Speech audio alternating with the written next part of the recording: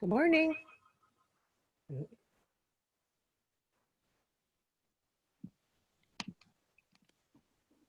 Hi, Professor. Hi.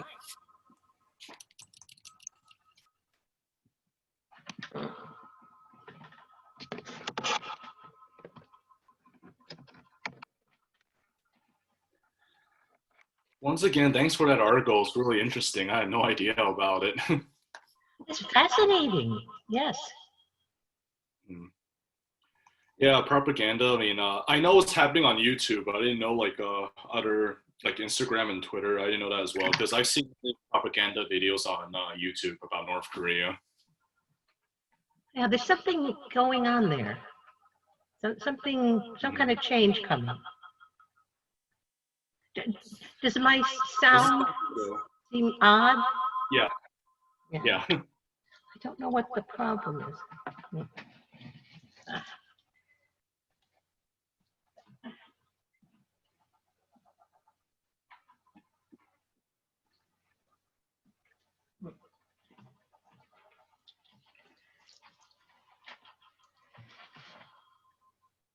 Any different?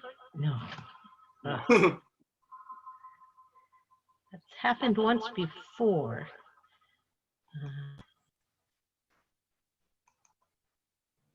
I think you kind of sound like this. Is this any? Oh, still the same.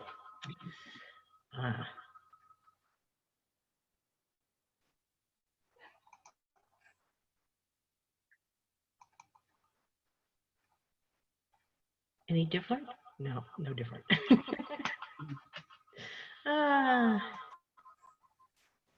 This is why I don't like virtual classes. Too much technical error. I only had this problem once before. I might have to get a different computer.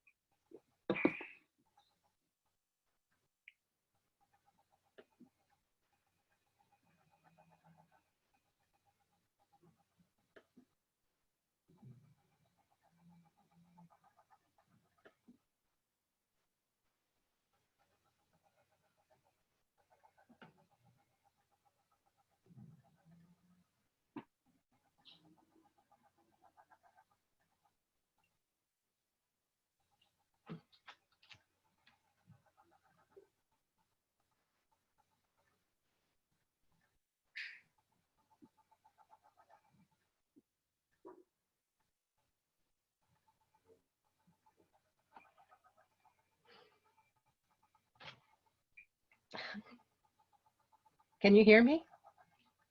Yes. There's two of you. Can you hear me? Same problem. Yes. Okay. One of you is muted and the other one is not. But there's still a strange noise, right? One of them, yes, but I'm not sure what the one with you muted. Okay, I'm gonna turn off the other computer. See if we can fix it.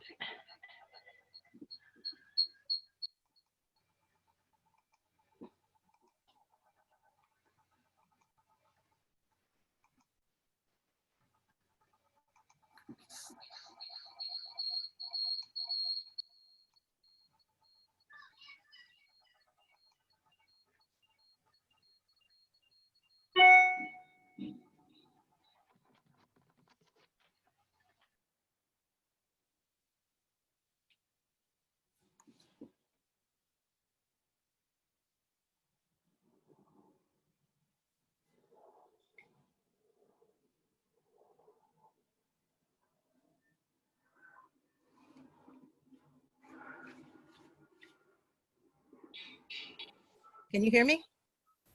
Yeah. Okay. Does it sound okay? Yeah.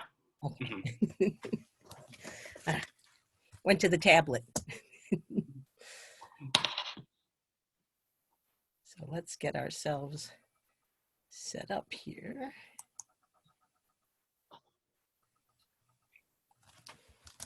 Professor, Yes. have you been to North Korea by any chance? No, only South Korea. Oh, okay. I've been to North Korea 3 times through the DMZ. Ah, brave man. I only stepped there for like 2 minutes and walked back to South Korea. Ah.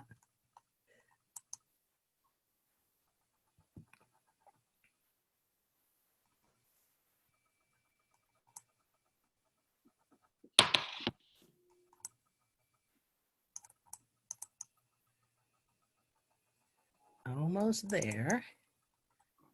Got a really interesting topic today.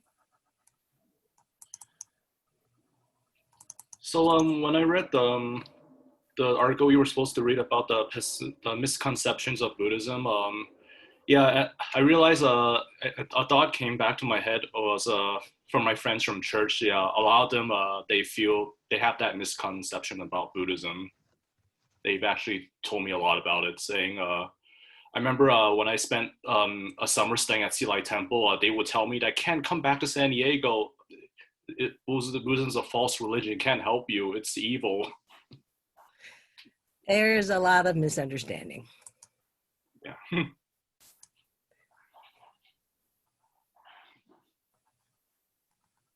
One thing they told me about the Four Noble Truths and about what the Buddha said, life is suffering. He said that, okay, in the Bible, it says there is suffering in life, but it doesn't mean it's all of it is suffering. And yeah, a lot of stuff. It really confused me at first.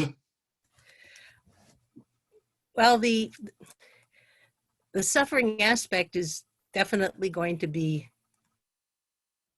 highlighted in what we're talking about today. Okay. If I can get the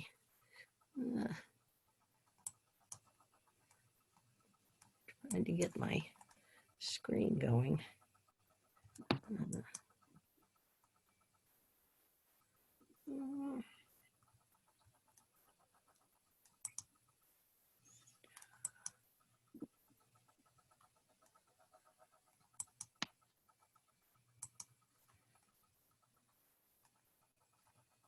Okay, but it's not working.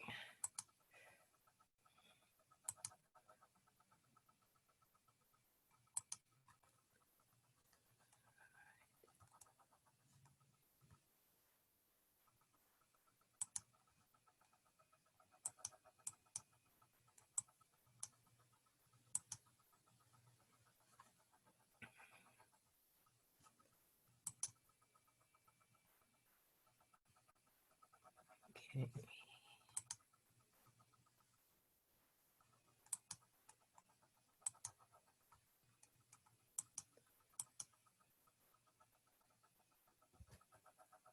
Okay, now we got it.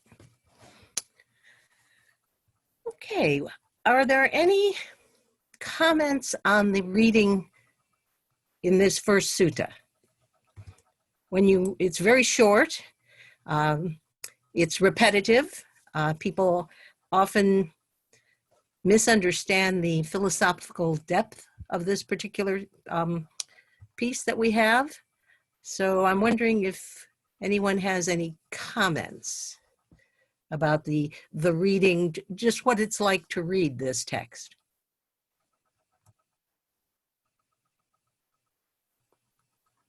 Anything? Are you talking about the Art of Living text?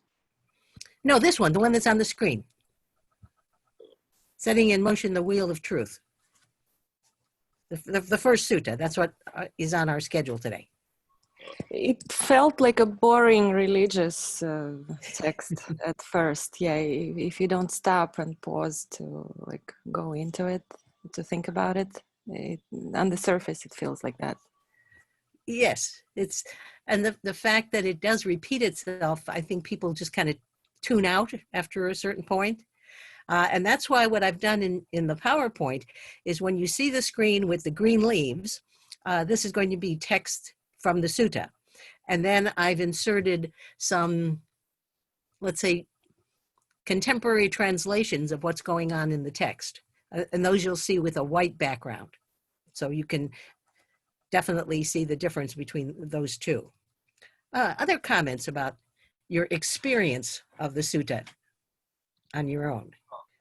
Yeah, for me, it was also a bit kind of boring at first because it was so repetitive. So I felt like I need to actually take like some time just to get into it so I could understand it and be willing to read more. I read all of it, but yeah, it was pretty repetitive. So it got boring at first, but I think what's the word? I just need a lot of patience, yeah, in order to read it.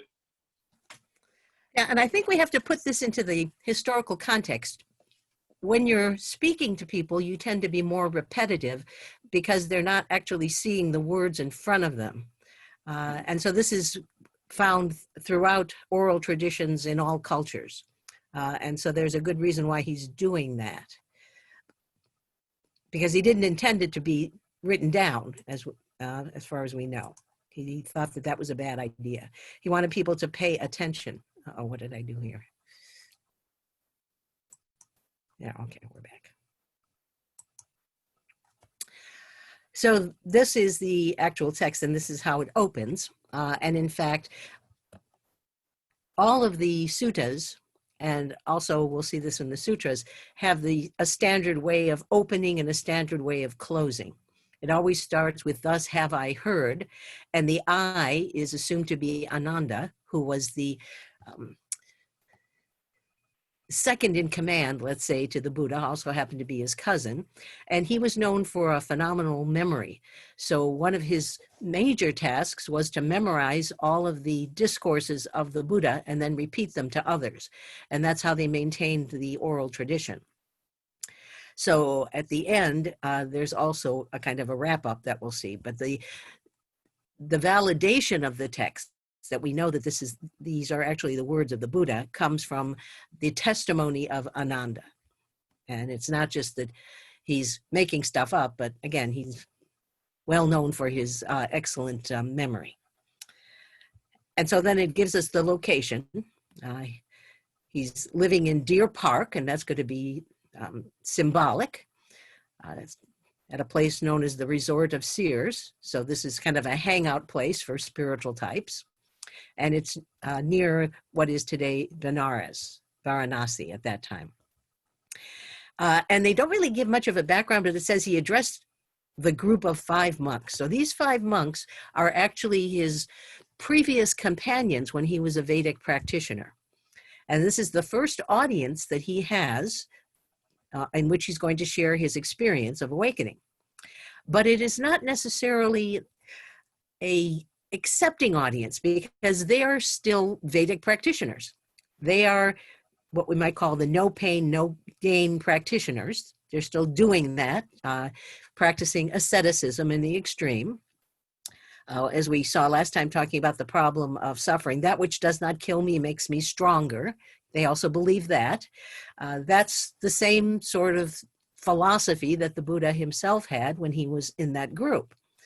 But now that he has come to this realization, he also knows that this is going to be kind of a tough sell. So he doesn't give them a lot of experience. He just gives them some very basic steps, and this turns out to be the Fourfold Noble Truth. The problem is, and you can kind of see in the picture here, there's the Buddha underneath the tree, very skinny. There's the other five, and looks like they're having a little meeting whether or not they should pay attention to him, because basically they think he's a loser. He was too weak. He couldn't hack it. He couldn't keep up with the no pain, no gain practice. And they see him as someone who has really deserted them. Therefore, he has to be very careful in how he makes his presentation. Okay. Any questions about that? Everybody see what's the situation is. So none of that is reported, but that's the background. That's very important. The Buddha is always extremely sensitive to his audience. So this is also known as the Deer Park Sutta, because of the location at Deer Park, which is a place that the Buddha very often held his discussions. These are two photographs that I took in China at different monasteries, and you will often see the motif of the deer, and they are seated on two sides of the Dharma wheel. So this is known as the sutta of putting in motion the wheel of truth, or the Dharma wheel, which is what they're sitting next to. But they're not just sitting there, they're actually looking at it very carefully. And very often it has been reported that the deer would, since they lived in Deer Park, they would show up for the discussions that the Buddha had, and they would sit there and listen to him. So why would they be interested in what the Buddha has to say? In order to understand that, we have to ask a question about their life. What kind of life would you have if you were a deer? Where are they in the food chain? They're victims. They're victims, that's Yeah. right. Yeah. So they have to be on lookout all the time, careful of predators. Yes. And they also travel in groups, like the Sangha. They're a group. So this is from a quote from a book on the art of ancient India. Word for deer, or prey animals, is derived from a word meaning to hunt or to cause to kill. And it shares a root with Mara. Remember, Mara was that demon that appeared to the Buddha, supposedly, when he was trying to become awakened. So as the author continues, their seeking refuge with the Buddha represents overcoming the fear of death, making Deer Park literally the place death distress was overcome. So this is why we often talk about the wisdom embracing all species in Buddhism. The primary motivation for the Buddhist practice is the problem of dukkha. Dukkha is not something that is restricted to human beings. All sentient beings, all beings who are capable of suffering, remember, not just the pain, but the psychological component that derives from the pain, they are his audience. And so the deer definitely fit into that category. So all of us are being preyed on by dukkha, but it's not as bad as it sounds, because we're actually the source of that dukkha. That's what he's going to reveal. So that's why you'll often see the use of the deer, as we saw in these depictions, not just in the vicinity of the Dharma wheel, but they were there at the beginning, paying attention and aware of what it is that they could also benefit from. Any questions about that?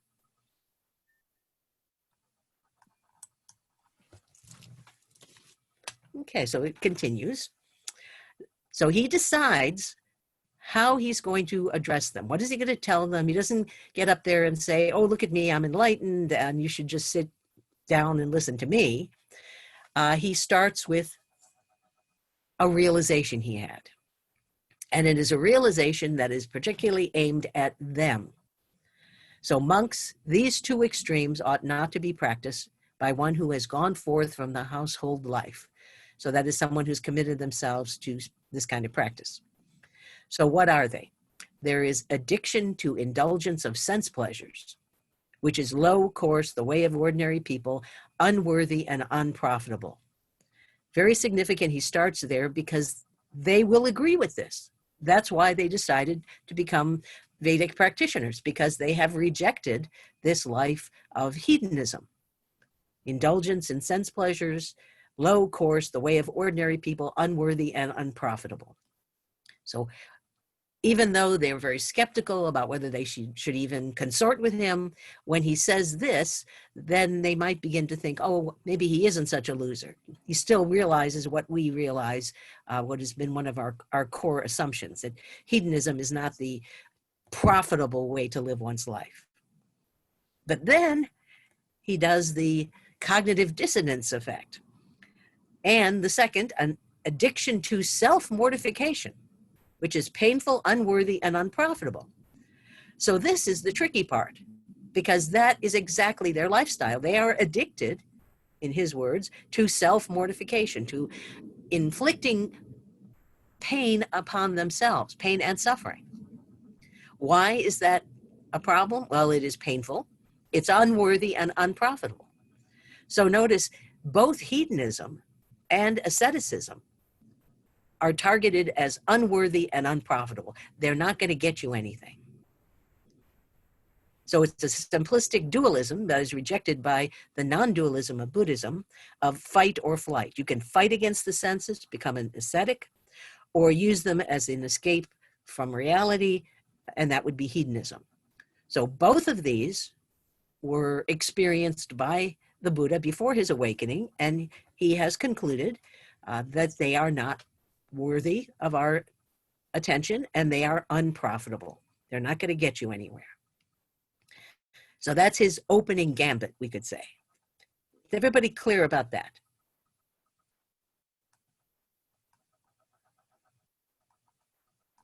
Sounds good, yeah. Okay.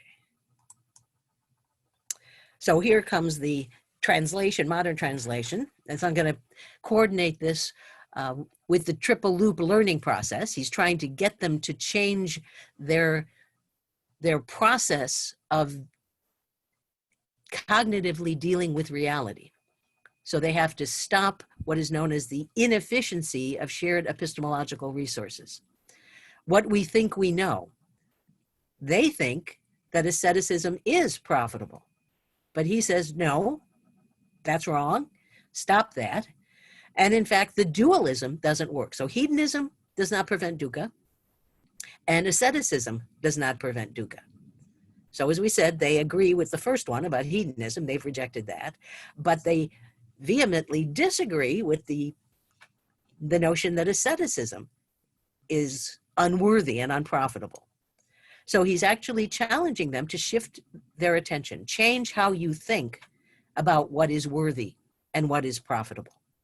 So he set himself a very difficult task in this audience. So they're halfway there with him, but the other half he has to convince them.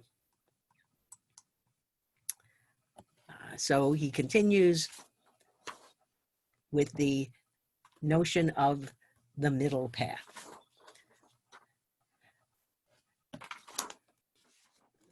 Do you mind explaining hedonism and asceticism, but like in simpler terms, like just so I can grasp it a little bit more? Well, hedonism is easy because I think that's glorified by American society. That's a life where you indulge yourself in all kinds of sensory pleasures. So that's one of the things that's preventing us from getting over this coronavirus problem, because people don't want to give up going to bars and getting in groups and having drinking parties and all those things that they find very appealing in terms of satisfying their sensory pleasures. The opposite of that is asceticism, and that's the practice of the people he's talking to, and that's where you intentionally avoid anything that gives you sensory pleasure. And in fact, you do the opposite. You inflict literally pain on yourself, either by denying yourself anything but the bare minimum to keep yourself alive in terms of food. Instead of having a bed, sleeping on rocks, that kind of thing, anything that will redirect your attention to, in the case of the Vedic tradition, your spiritual soul. So he has tried both of those options. So when he was a prince, he was very hedonistic because he had access to all kinds of sensory pleasures. And then he went to the opposite extreme of asceticism when he joined the practice of the Vedic religion. And neither one of them actually worked.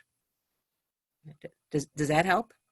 Yeah, that's awesome, actually. Thank you. Thank you a lot. So that's what is really the core. This is the middle path that Buddhism is very often associated with. So avoiding both these extremes, the Tathagata has realized the middle path. So he uses this term Tathagata. It refers to anyone, not just himself, who has come to this realization. So here they translate it as the perfect one, but actually, that's why I use the image at the bottom there. It's more like a revolving door because it means thus come and thus gone. Someone for whom coming and going are really the same thing. So there's no place to come from and there's no place to go to. So that's the middle path. So this gives vision, gives knowledge, leads to calm, to insight, to enlightenment, to nirvana. Nirvana is the Pali word. In Sanskrit, it's nirvana, which means the blowing out of all the sources of tanha, as we'll see later. So what is worthy? What is profitable? He's giving them this third option that he calls the middle path. And now he's going to elaborate. What is that middle path realized by the Tathagata? What is this profitable task that you should set before yourself? Because you're wasting your time right now. But there is a way, and that way is what he's going to explain. He often asks questions in his discussions with people. Okay? So everybody see how he's setting this up. So you've had two choices that seem to be the only two choices of hedonism and asceticism. You 5 have picked asceticism, and now I'm going to tell you that there's this third option that you haven't conceived of, and this is the one that is both worthy and profitable. So I'm going to use here a text, another text. This is also a sutta, and it's about the Buddha trying to explain the middle path to someone who happens to be a musician. So he has to rearrange his speaking in order to accommodate the level that this person is at. So how would you explain the middle path to a musician? And so he gets him involved. So that's, as we saw in the case of the woman who has lost the child, he always wants to bring them into the discussion so that they can apply their own critical thinking. So rather than just giving a definition, a nice intellectual, philosophical definition, he has this back and forth with the musician. So the Buddha asks, if you play the sitar, which is a string instrument, while the strings are slack, what is the result? So the musician says, well, the sitar would be out of tune. So what is the opposite extreme? If the strings are too taut, well, if they are too taut, says the musician, then the strings are likely to break. And if the strings are just right, they're not too slack or too taut. Well, the musician says if the strings are just right, the sitar will provide fine music. So what applies to the musical instrument also applies to human life or life in general. Just so, Sona, if one is idle or lazy, a hedonist, one will not make progress in the practice. But if one tries too hard, like an ascetic, one will suffer fatigue and discouragement. Sona, know your own strength. Don't force your body and mind beyond their limits. Only then can you attain the fruits of practice. So he's showing him the middle path in terms of Buddhist practice in a way that he can relate to it in terms of his own experience as a musician. So that is not the way that he presents it to the five ascetics, because they have a different background. So here's a little chart.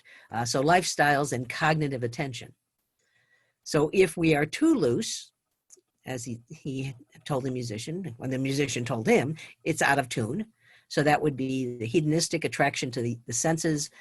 Freud talks perhaps about something like this, the pleasure principle, something that's very stimulus driven in terms of our attentional networks. We're always out there exploring, looking for new things that's going to make us happy, things that are going to satisfy us. And I think, as we discussed previously, that's the default for babies, their first 6 months of life. They're always trying to find out what's out there in the world. The other extreme is having it too taut, and then the strings are likely to break. So that's what happens in asceticism. Aversion to the senses, which seems to be similar to the death instinct that Freud talks about towards the end of his life, or you're actually trying to put an end to things. He actually thought, incorrectly, that Buddhism had fixated itself on a death instinct, because that's what he wrongly associated with Buddhist practice. So this would be very task-driven attentional network exploitation, and also something that is socially conditioned. So after the first 6 months, then babies learn from their society what they should go after in life. And depending what the culture defines as success, then their task will be defined by whatever society values itself. Okay. So this is the two extremes that it's the extreme part that's the problem. So you need to be both stimulus driven and task driven, but we tend to choose one or the other, and we don't bring them together because our brain works in both ways and they're both necessary. So the middle path brings them together. This is what I call the hybrid brain. So any questions about that?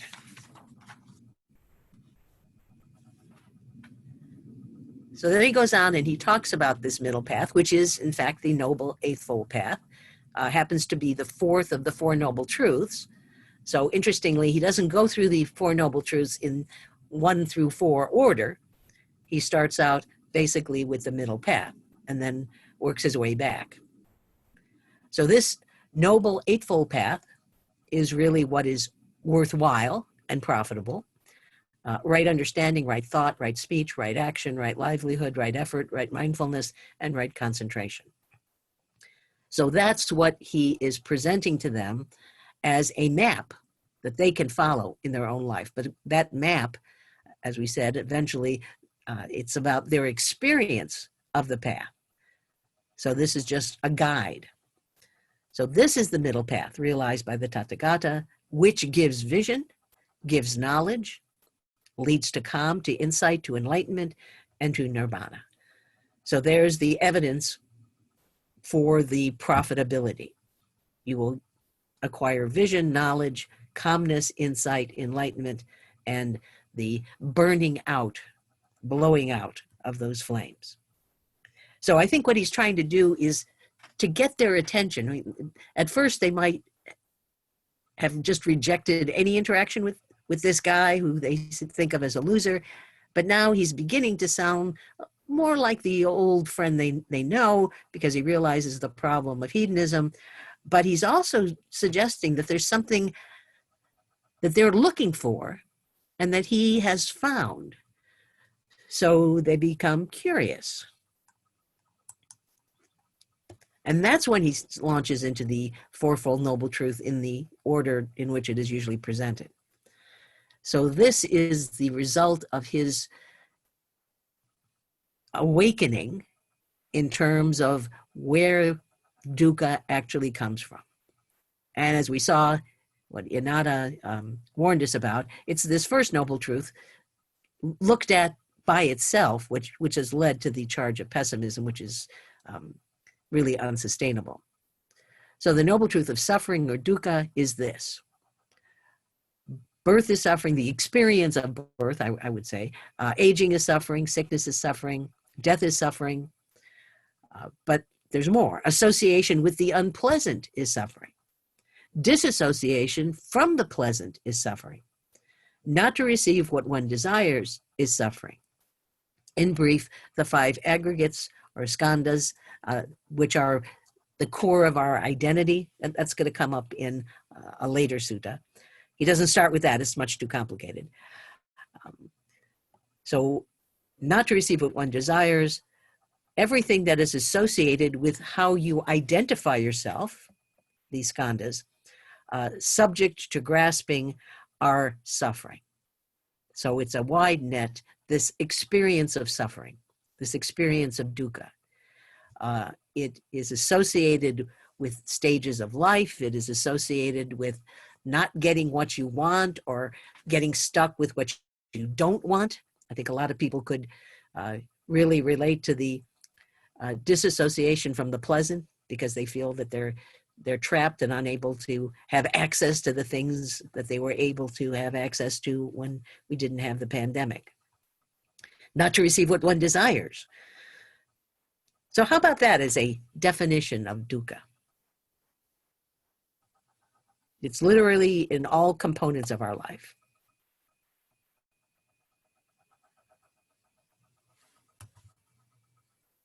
Any questions about that? So he definitely is not talking just about physical pain.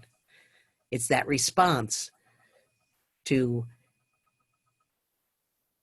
your experience in life. Babies respond by crying when they're born.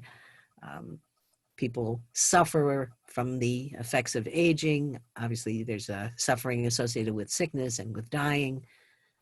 But just on a day-to-day basis, not getting what you want, or getting stuck with what you don't want, not having your desires satisfied, all of that constitutes this psychological dimension of suffering. Professor, the first 3 verses, birth is suffering, aging is suffering, sin is suffering, and death is suffering. Isn't that relevant to what Sir Arthur saw when he first came out of his kingdom? Because he saw he saw an old person and someone who's sick and someone who died. That's definitely relevant to what he saw, right? Well, I think that's part of the legend. Looking at this Buddhist scholarship, people are now assuming that it didn't necessarily happen just that way. He couldn't have been, living for like 30 years in the kingdom and not have encountered some aspect of suffering. So they couldn't have kept all aging people, even his own parents, they were aging, or he never got sick. He never saw someone who was sick. So I think that's just trying to make it more dramatic that he went out and he saw these 4 different kinds of things, and that's what led him to embark on his life of spiritual journey. Oh, okay. But the important thing is that you're right, that they are definitely where we begin when we start thinking about suffering. It's literally all around us. Even if we're not suffering, we can observe it in the lives of others. Other questions here? Professor, Mhm. when you said that dukkha is in not getting what you want or getting what you don't want, can we then conclude that dukkha is in wanting? Oh, yes, that's actually the next noble truth. Okay, That's exactly where we're going. thank you. Very good segue. Thank you for that. Other questions here? Can you just explain the 5 skandhas or the aggregates again?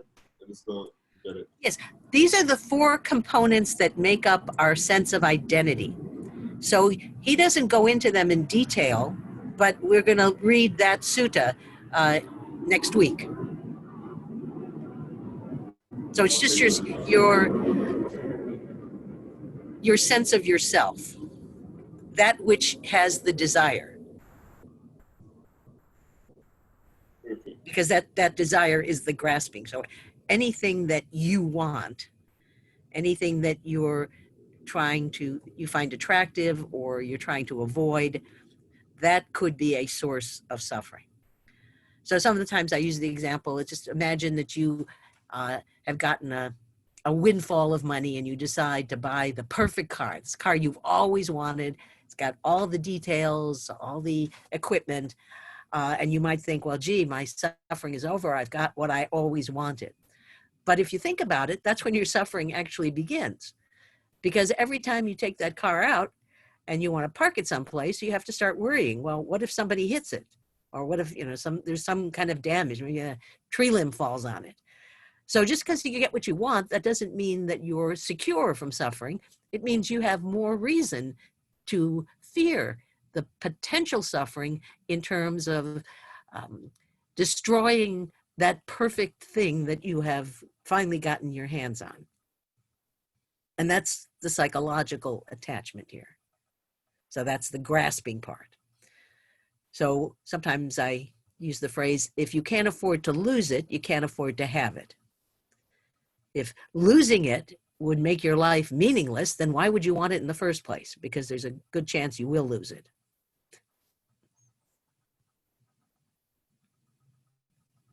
Yeah, that makes perfect sense, actually. Thank you.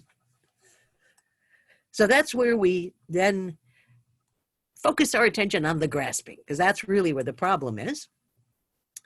So the noble truth of the cause of suffering is this craving or thirst which produces rebecoming, rebirth, accompanied by passionate greed. So I highlighted that for a good reason, as you'll see. Finding fresh delight now here, now there, namely craving for sense pleasure, craving for existence, and craving for non-existence or self-annihilation.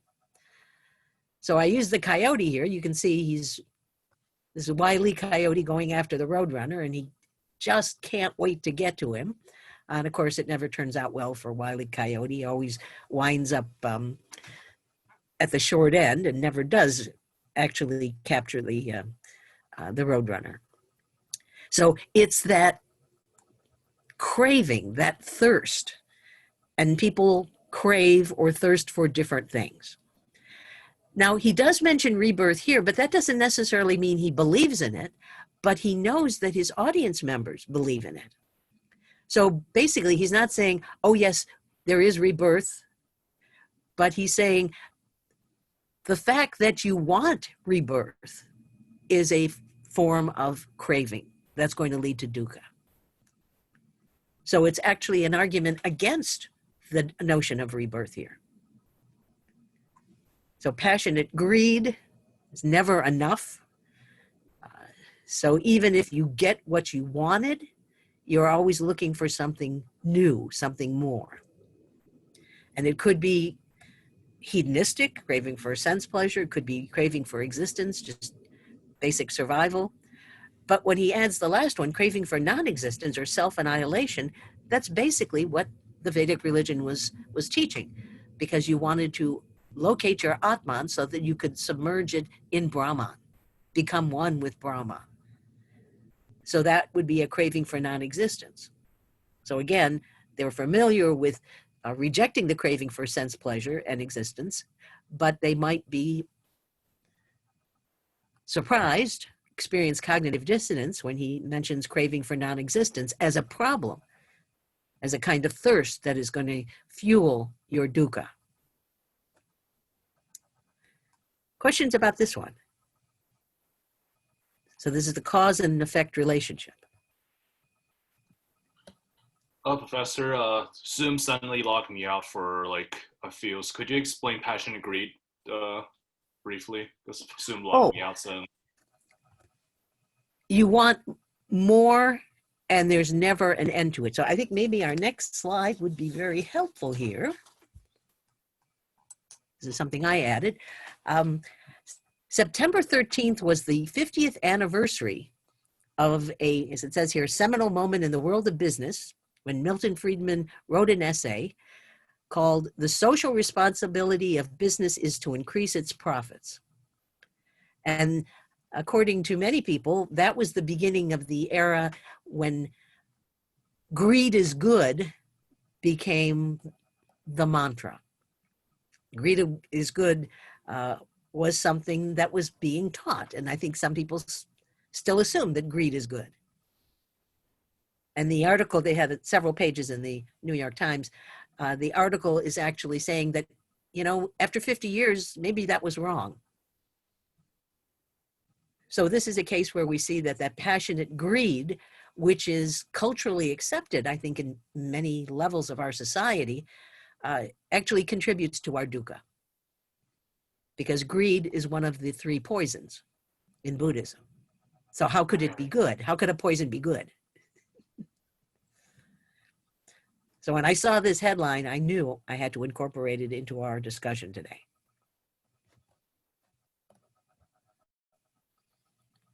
And let's also look at Friedman's statement here. The social responsibility of business is to increase its profits. How has that changed American society over the last 50 years? When he said that, and he says it's okay to go for the profit.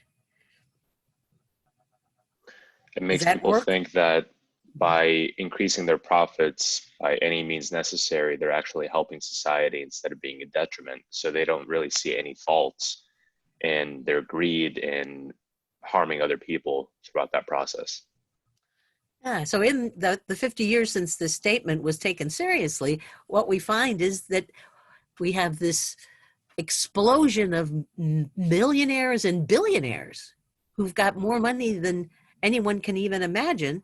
And that's okay, because that's a core value. And lots of people who don't even know where their next meal is coming from, can't even get health care, even though they work, 30, 40, 60-hour weeks. So there's been a lot of discussion about this, including in business pages. Yeah, so definitely we see a disagreement between Buddhist philosophy and economic philosophy as practiced by some Americans, let's say. So once you get the cause and effect relationship straight, then the next thing is, how do you put an end to the dukkha? Once we locate the cause, you just have to remove the cause, and therefore you remove the effect. So the cessation of suffering is the complete cessation of that very craving. Giving it up, relinquishing it, liberating oneself from it, and detaching oneself from it. The craving for sensory pleasures, the craving for existence, survival, personal survival, and also the craving for non-existence or self-annihilation. That would include the Vedic practice. And that's when this is another way to translate it. So stop the insufficiency of shared epistemological sources. So suspend assumptions about dualism, that you're only able to make a choice between hedonism and asceticism. So that dualistic mindset cannot remove the dukkha. The only thing that can remove the dukkha is the tanha.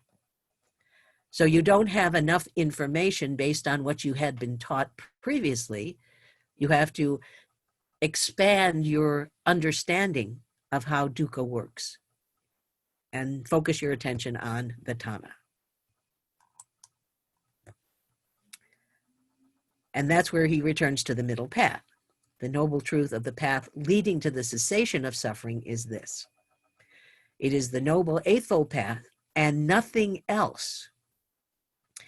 So even though they often translate this as right understanding, right so-and-so and so forth, I think another way to think of it is allocentric or non-egocentric.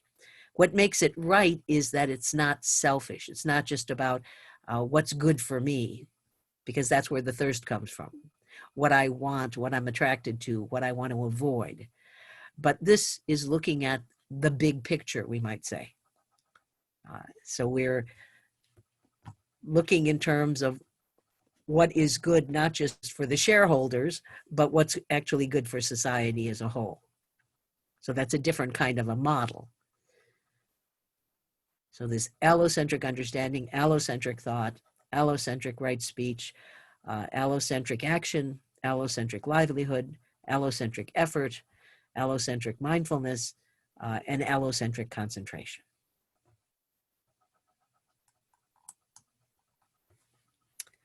So the next step is to shift or redirect and change your behavior. So first he encounters these 5 ascetics. He knows what their philosophy is. He knows what they're thinking. And he knows what they're going to agree with, that is, rejecting hedonism. And he tags that along with the other extreme of asceticism. So he wants them to change how they think, suspend those assumptions that you think those are your choices, and now it's time to change your behavior. Redirect your attention and change the way you go about your practice. And here is where it gets a little bit repetitive, but in fact, all of this is important. The part that's underlined is the one that's going to be repeated. So this is the noble truth of suffering. Such was the vision, the knowledge, the wisdom, the science, the light that arose in me concerning things not heard before. So this is really the basis of my awakening experience. It gave me vision. I saw things clearly. I expanded my knowledge, deepened my wisdom. In this case, they use the translation for science. Science comes from the Latin scientia, which means knowledge. And it is a form of enlightenment. And very often in these texts, they'll mention things not heard before. So this is not common knowledge. This is not something that people had understood before. But you have to rethink and then, as we said, change your behavior.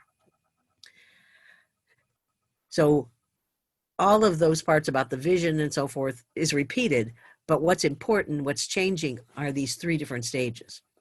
So this is the noble truth of suffering. This suffering as a noble truth should be realized. This suffering as a noble truth has been fully realized. So we're going to go through this in terms of each of the 4 noble truths. So this is the way things are.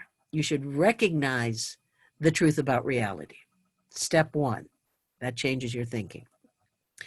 Then you have to resolve that you need to wake up to the fact that this is the way things are.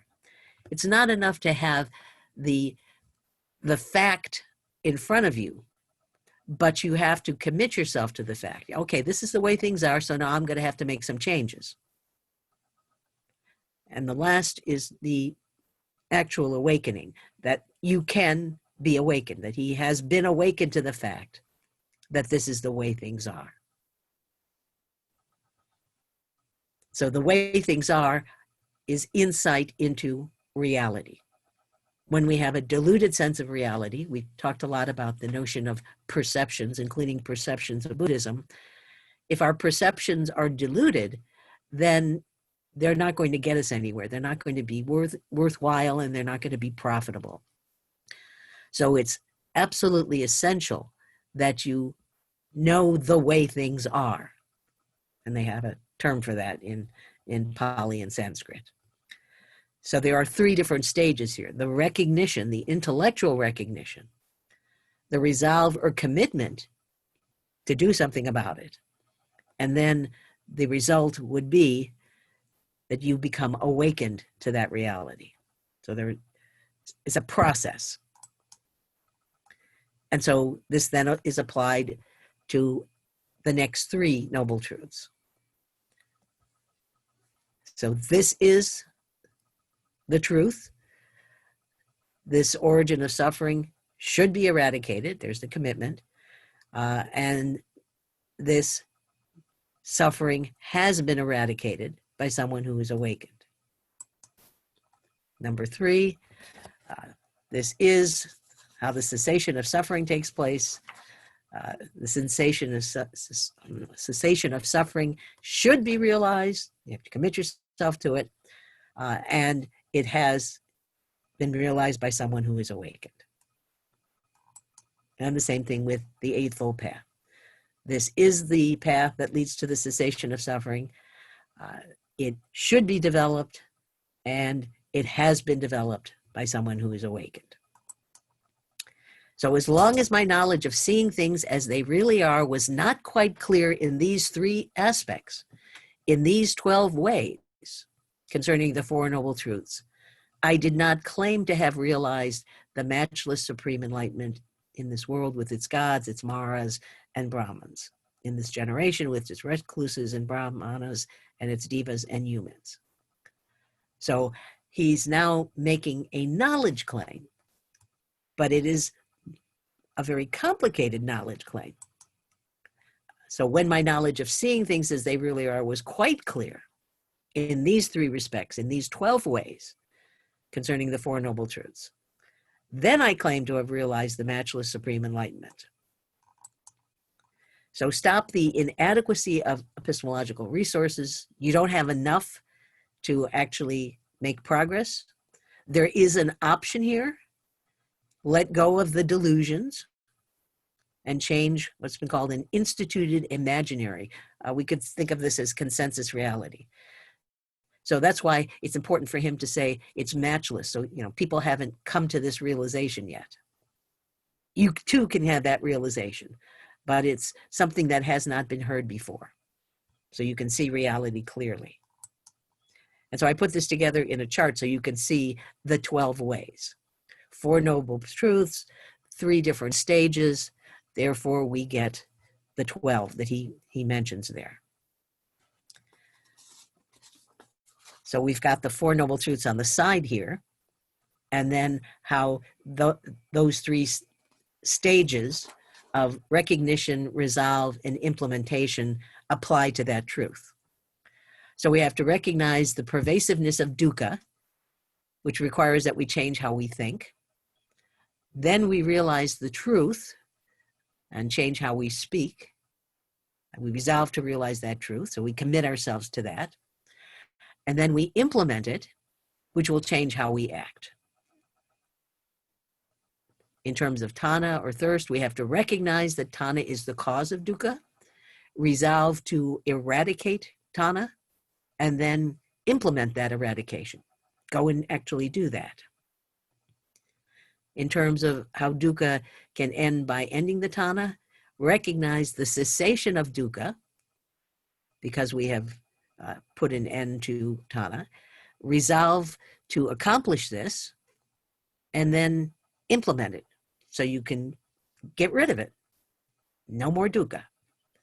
So this is where I think Inada would want us to put the emphasis. So people don't really understand that even though the Four Noble Truths start with dukkha, it's really about getting rid of dukkha. And then the game plan, follow through, Eightfold Path, recognize that this is a path that can end dukkha. Resolve to follow the path, make that commitment, and then live the path.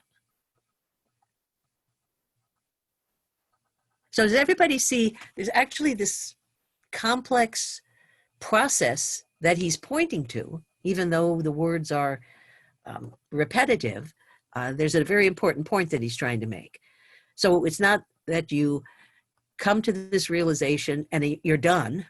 Now, you can intellectually have that realization, but do you really, let's say, buy it? Are you really into it? Are you really going to commit yourself to it? That would be the second stage. So recognition is important, but then there are 2 more steps. You have to say, yeah, I not only recognize that this is a truth, all 4 truths, but I got to do something about this. And once I make that commitment, then you go and you live that truth. So thinking, speaking, and acting have to be changed in that order.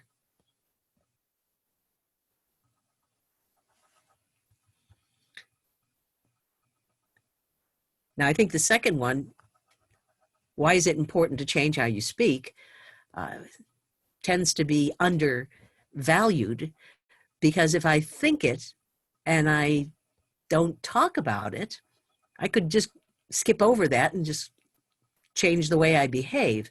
But why is it important that you, in the case of the Buddha, that he changed how he spoke? How does the speaking aspect remain crucial to Buddhism? If he didn't speak about this, would we be having this class right now?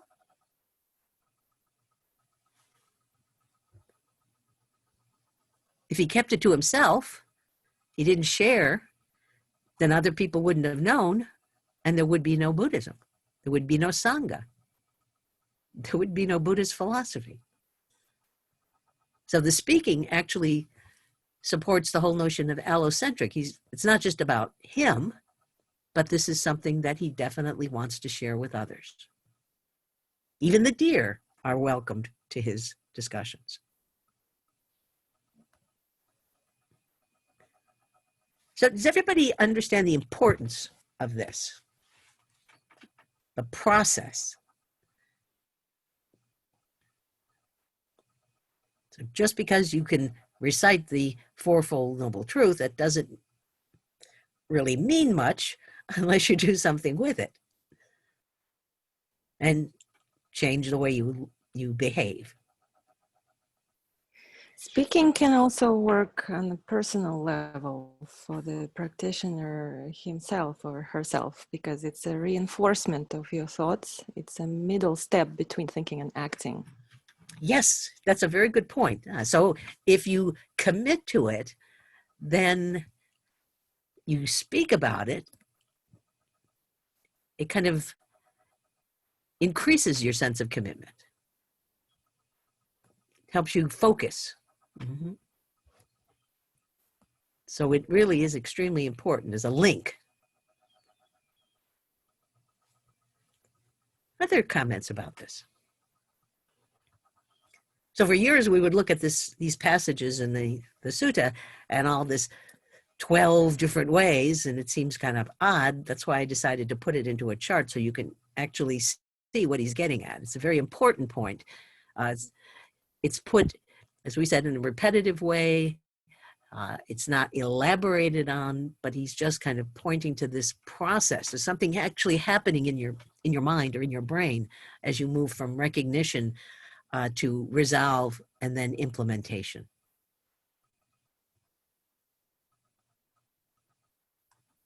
Any questions about that? I guess I want some more clarification on Tana. Like, is he saying that it's okay to want something and to go after that, but not be attached to like the outcome of achieving it, kind of thing? Like, if you lose it, just kind of be happy with the process or something? I'm kind of confused on that. Yes. I think what's important is to look carefully at this word that he has chosen, the Tana. Tana is a thirst. It's something that you think you can't live without. So that, as you mentioned, does imply attachment. So you go about your life, if you're a Buddhist, and you get things done, but you do it in a way that is non-attached. It's not detached. You're still involved, but if things go good or things go bad, you just do the best you can. So your life isn't going to be ruined if what you try to accomplish doesn't get done. Okay, yeah, that makes sense. Because I remember reading in the heart text, he was saying something like, just be happy no matter what the outcome is. Yes, and we're going to see some very interesting comments that are made by the Buddha. For example, he says, when people praise me, I think, well, they're not really praising me. They're actually praising, anyone who would commit themselves to the practice of Buddhism. But it works the other way too. When people criticize me, and he was criticized, especially by other philosophers, same thing. I don't take it personally, whether it's good feedback or negative feedback. And I think many people have trouble with that. They do react to negative feedback in a very personal way. They can't just leave it behind. And the problem with positive feedback is you might get delusions of grandeur. So both those extremes have to be avoided. But you do what you need to do, whether or not people recognize it. That would be the non-attachment part. Okay, thank you. Other questions here?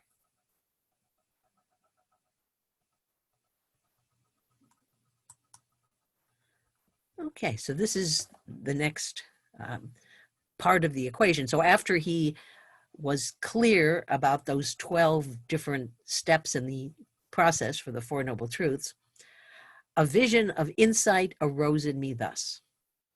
Unshakable is the deliverance of my heart. This is the last birth. Now there is no more rebecoming, rebirth.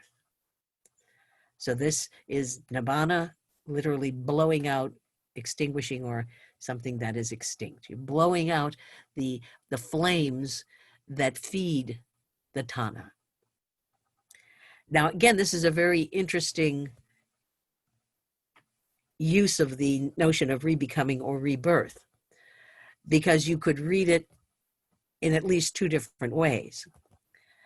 That once you become awakened, then there is no rebirth. Or once you become awakened, you realize that there actually never was a rebirth. So people have read it in both those ways. So in terms of his audience, which is always a key to him, this would be a kind of a selling point, because what they're trying to do is to get their Atman to become one with Brahman, and then there is no rebirth. So, okay, five guys, if that's what you want, I'm telling you, this path is going to get you there. So that doesn't necessarily mean that he believes in rebirth. Actually, he does seem to be saying here, well, now that I've got this insight, I know there is no rebirth.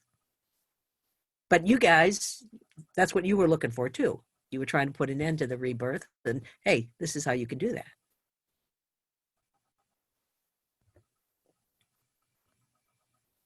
So another modern translation, Eureka, I have found it. There's a way to put an end to dukkha by no longer doing what creates it in the first place. So you have control over that. That's something you can do. This is not determinism. It's not that you just have to endure that sort of thing. Look at the extent to which you are creating the dukkha through your own Tanha. So stop the conceptual nonsense that generates delusion, including the delusion of self-annihilation, which is what asceticism was about.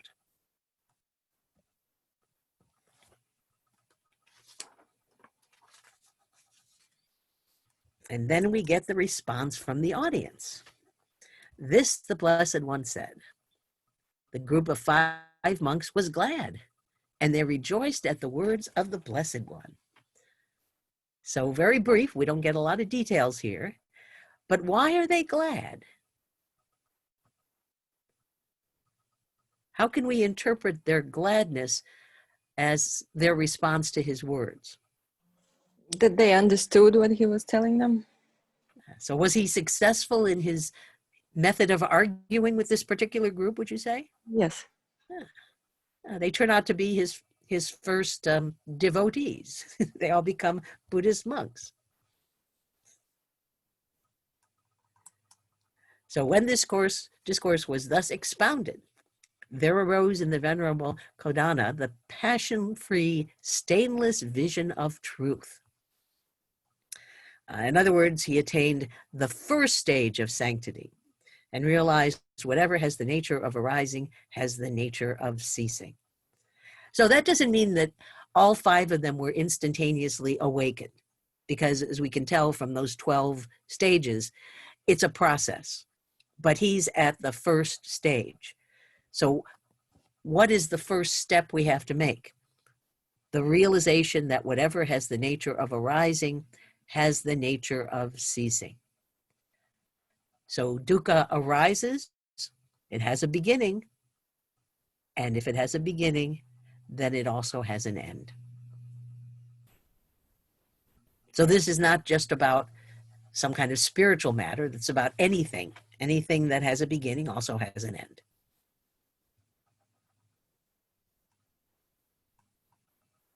So that's passion-free and stainless. So you're not deluded. A more contemporary way of looking at it. So if there is a beginning, there can also be an end. So that is gladdening. You don't have to put up with the dukkha. If we found the cause of that dukkha, eliminating that cause will put an end to that dukkha. It had a beginning in our thirst, and it has an end in terms of how we deal with both the thirst and the dukkha itself.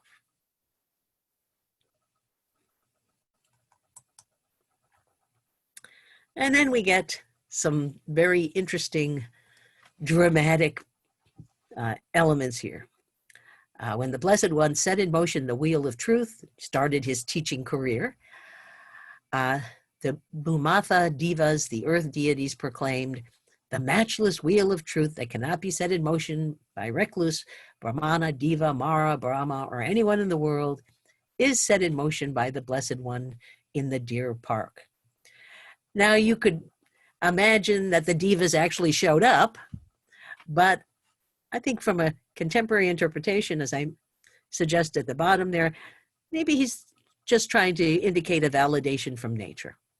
So we don't have to believe that there are these devas, these divine beings that are proclaiming that he is the awakened one, but that earth is again testifying for him, just as was the case when he had the encounter with Mara. And then here we've got the earth deities giving their words, and then these deities who are associated with the heavenly realms make a proclamation. The matchless wheel of truth that cannot be set in motion by recluse, Brahmana, Deva, again, very repetitive. So nobody else was able to do this, is now actually set in motion. So this is a teaching that has not been heard before. And this is the heavenly realm closest to the human realm. So you can imagine again that there's these divine figures that show up, or it could be simply a symbolic suggestion. And then we get a whole bunch of other beings that show up. All of these are different kinds of higher powers that would have been, well known to people who knew the mythology at the time, which constituted their religion. So this seems to be some kind of validation that's being given to what the Buddha is saying. Now, it's interesting that when Buddhism goes to other cultures, for example, in China, they would often tell stories about how the Buddhist missionaries would make converts of the local deities. So they would talk about this encounter that the missionary had with, let's say, some god who lived on top of a mountain, and that the god was very impressed by the teaching from the Buddhist missionary and become a convert to Buddhism. And this was a nice way for people to integrate their indigenous religion with their Buddhist practice. And of course, that's something that happens, for example, when Christianity meets with Native American populations, and sometimes there's a merging between the two traditions. So as I said, there's different ways to read this. And then there's a cosmic resonance. So the entire universe is actually validating what the Buddha has said. So at that very moment, at that instant, the cry that the wheel of truth is set in motion spread as far as the Brahma realm. The system of 10,000 worlds trembled and quaked and shook. A boundless sublime radiance surpassing the effluence of devas appeared in the world. So we can take that literally, or we can take that figuratively, that this was a big deal. Mm-hmm. Like an Indian movie. Yes, absolutely.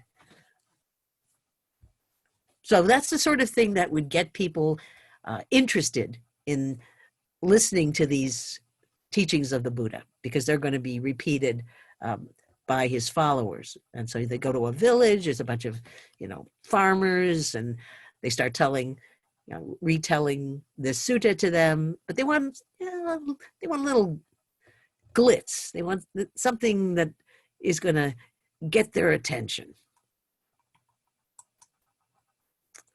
So then the Blessed One uttered his paean of joy. So I think this is also quite interesting. So the audience is very glad when they finally get the teaching, but there's a response on the part of the Buddha. He is sharing their joy. He's very happy, especially Kodana, who seems to have made the most progress in the course of the discussion. So verily, Kodana has realized the Four Noble Truths. Thus it was that the Venerable Kodana received the name Ana Kodana, or Kodana who realizes. So he's given an extra part to his name. So it looks like he's at that first stage in the three-stage process. He's got the realization, and he still has to move on to the commitment and the implementation. So what's also interesting is that they begin the discussion with suffering, but they end it with joy. Joy because you don't have to get stuck with suffering. So dukkha is not the enemy. Dukkha is not an other that I can conquer. We need to understand where it comes from and how we contribute to its arising, and that is through the issue of Tanha. So this is an interesting related comment from a contemporary source. The only thing worse than assuming you could get the better of suffering, that you can get rid of suffering, is imagining you could do nothing in its wake.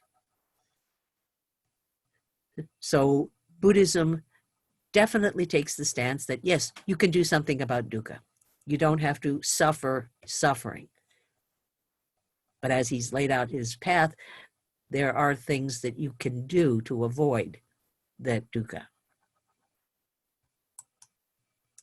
And this very interesting source, Aryaratna, he's actually a scientist in India, and I received a copy of this book from one of his students. He teaches physics. So he's written this very interesting book, Two Buddhist Sutras Viewed from Science. So he uses his scientific training to interpret this sutra, and also the one having to do with Atman. So we'll get more comments from him when we get to that sutta. So he summarizes what's going on in the text. First, the fact of incessant change. Second, that change is experienced as unsatisfactory, and that leads to dukkha. So as we said, you get that perfect car, and then you constantly worry about whether or not it's going to stay perfect. Change is dependent on certain conditions. Removing the cause of change removes the attendant dukkha. Such removal requires a specific, appropriate, and effective course of action. So you have to figure out how to break the link between the cause and the effect, between the tanha and the dukkha. So there is definitely something you can do. And it is complicated. It's a process. So causality is really the source of this dukkha and this change. And we can look at the tanha in different forms. So there's tanha in the sense of desire for the sensual pleasure, like the pleasure principle in Freud. Desire for existence, that's the survival instinct. The desire for non-existence, which is the death instinct, again, perhaps. So we saw all of those are mentioned. This is what fuels that tanha. So attraction, moving towards something, stabilization, getting stuck on the status quo, and repulsion, trying to avoid something.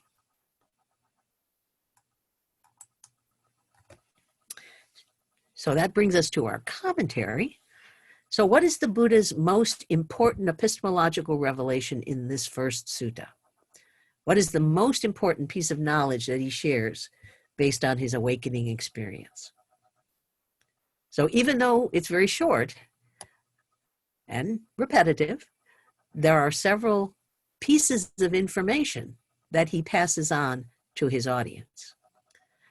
So the question really is asking about your evaluation. So not what is the most important to them, but what you consider to be the most important. So he's had this experience that we describe as an awakening. And he tries to break it down for them in a very basic way in terms of how he moved from changing his thinking, changing how he talks about things, and changing how he behaves. So there is a step-by-step process. It's not just an intellectual revelation. And that goes back to what Inada told us. It's not merely intellectual. There is an intellectual component in Buddhism, but there's more to it than that. It's also what they like to say today is existential. It's a part of our existence. So everybody get a sense of this question and how you might respond to it.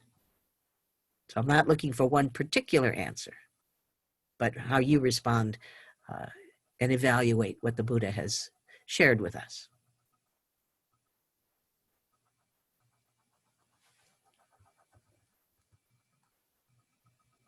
No chats today, huh? Everybody clear about that? Because next time we're going to take a look at a completely different audience. He's going to be talking to a group also non-Buddhist. So this group, the 5 ascetics, were non-Buddhists at the beginning. He's going to talk to a group of lay people. And he's going to not talk about enlightenment. He's going to talk about critical thinking. So that's the Kalama Sutta. It's posted on Canvas. I'll also send the reading to you directly. Any questions?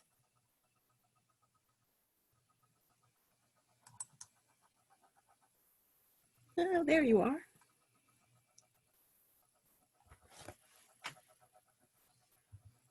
Any questions, anyone? Okay.